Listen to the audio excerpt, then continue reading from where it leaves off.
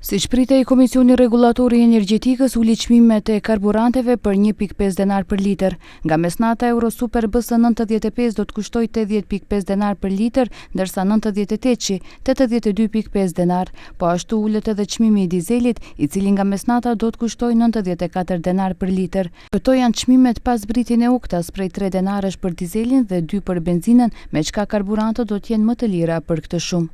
Por derisa Komisioni Rregullator konfirmoi atë që qeveria paralajmëroi gjatë fundjavës, bursat botërore nuk po qetësohen. Çmimi i naftës për fuqi u rrit dhe deri në mbylljen e këtij materiali shënoi rritje prej rreth $5 krahasuar me të premten, duke arritur në $95 për fuqi Brent.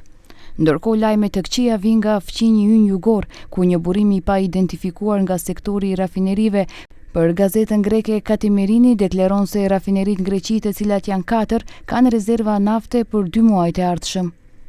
Jemi plotësisht të siguruar për 2 muaj, nëse lundrimi në ngushticën e Hormuzit nuk rikthehet, situata më vonë do të bëhet më e vështirë. Gjendja e prodhimit të karburanteve në Greqi është shumë e rëndësishme për Maqedoninë. Distributorët e Maqedonisë 70 deri 80% të karburanteve i furnizojnë nga rafineria Okta, e cila është në pronësi të kompanisë greke Hellenic Petroleum. Gjithashtu, gjatë fundjavës dhe javëve të fundit, kryeministri Hristian Mickoski deklaroi se Maqedonia nuk ka pengesa në furnizim me derivate nafte dhe se në rast nevoje në dispozicion janë rezerva shtetërore të cilat mbulojnë rreth 62 ditë nevojash, si dhe sasitë në produktovodin Selanik Shkup për 1 deri 2 javë.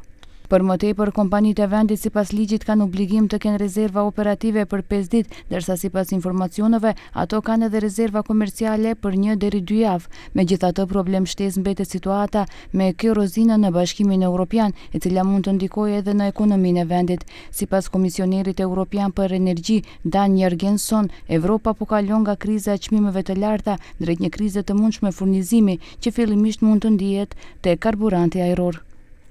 Po kalojmë nga kriza e çmimeve të larta drejt krizës së furnizimit. Kjo do të ndihet së pari te karburanti ajror dhe po afrohet shumë shpejt.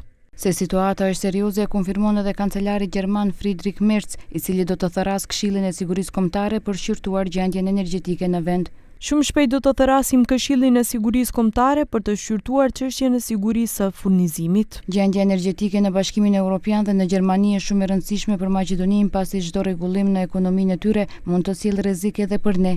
Dhënat tregojnë se rreth 60% e tregtisë së Maqedonisë është me BE-n, ndërsa rreth 40% e eksportit përfundon në tregun gjerman.